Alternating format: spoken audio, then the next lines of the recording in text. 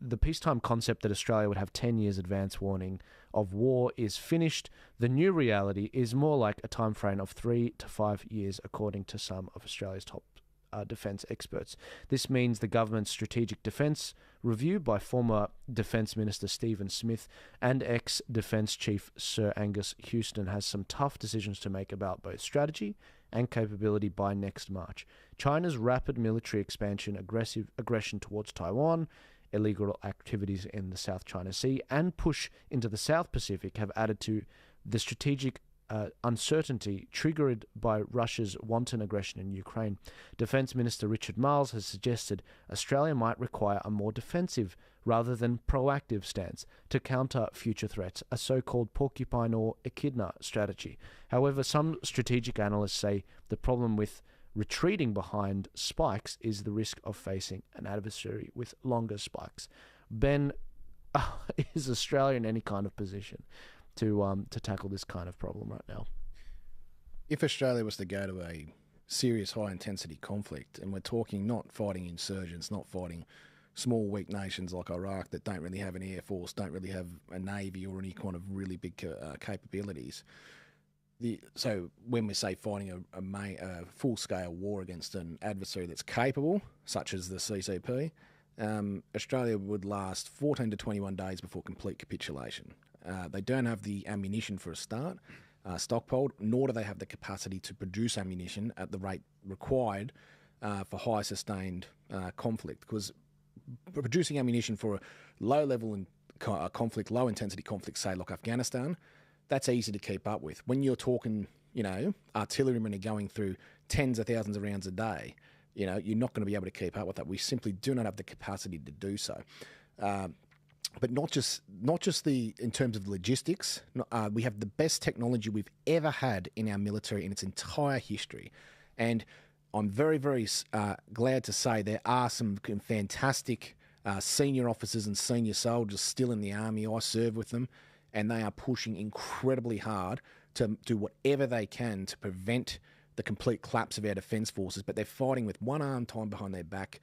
Every time they push for something new, every time they push for something to advance capability, they are hindered. They're hindered by diversity and equity quotas. They're hindered by all of these stupid bureaucratic nonsense and doing paperwork, filling out dozens of sheets of paperwork just to get equipment out to use it. It's just the Defence Force has gone to a point where you'd have to argue at this point, is what's going on in the Defence Force really not the actions of a foreign adversary sabotaging deliberately our Defence Force? Because nothing can get this bad. But if we look at it from one of the biggest problems that they've got is what was always the greatest strength of our Defence Force, particularly our Army. It was the personnel. It was the Australian people. They would send them anywhere in the world, and you're talking with a tin can, and they'd build something out of it. When Rommel... when we fought in North Africa in World War II, when Rommel went to attack certain Australian positions, every time he was boggled. He goes, those troops only got put in like a day ago and they've already entrenched. How was this even possible? There's no supply trucks coming. We were watching the roads. It's because the Aussies, with their individual initiative, which is the cornerstone of our soldiers, went and just gather anything they can, entrench, build the trenches, build the defences, and no one asked them to do it. They used their initiative to do so. And that's one of the reasons why we were so strong in the world. But we did all of this with nothing, with very limited technology, with very limited supplies. We would always do so well. Now it's the opposite. We've got the best toys, the best gear, but the personnel is at the worst level it has ever been. That's a direct result of Defence Force recruiting, lowering of standards, in particularly to allow females into combat roles. They said they'd never do it. It'd always be the standard, and women would have to pass the standard. Ever since they said that, they've dropped it because they want a 30% quota of females. And I've proven this. It's not a conspiracy theory or anything. It has been proven in Senate estimates. The chief of the Defence Force admitted it, and this is what's actually happened. We are in a position where diversity and equity quotas, Marxist ideology and woke ideologies take precedence over the defence of our nation.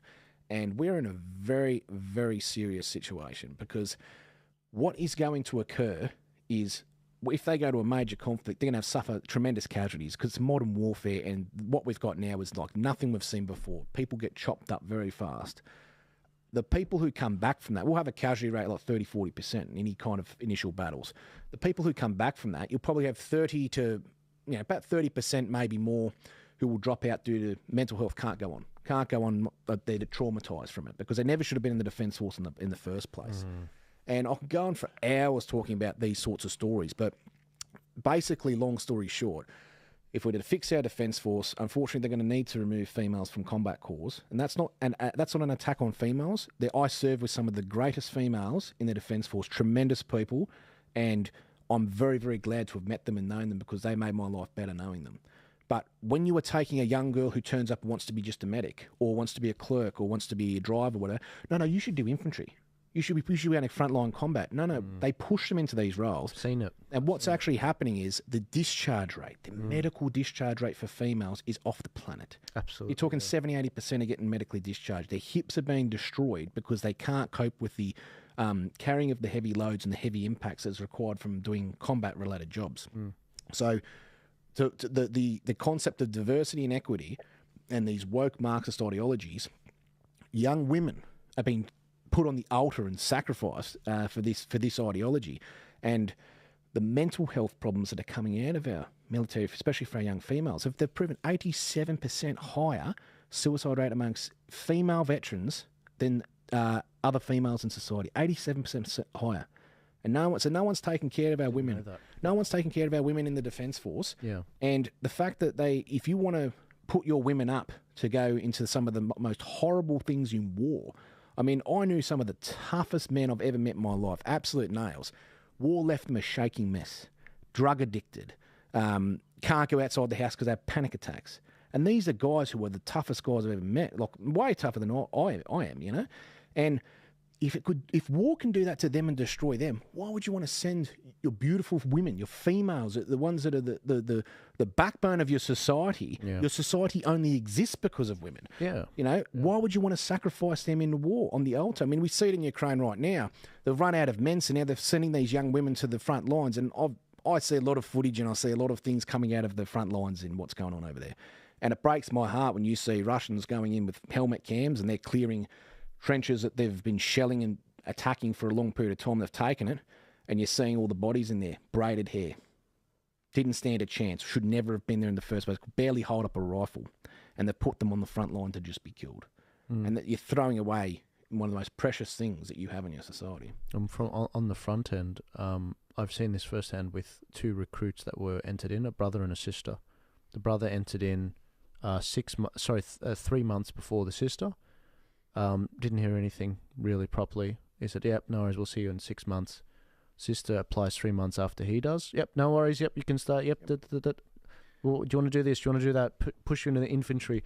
And she's like, hang on a sec. What do you mean you're dropping the requirements for me? She was angry.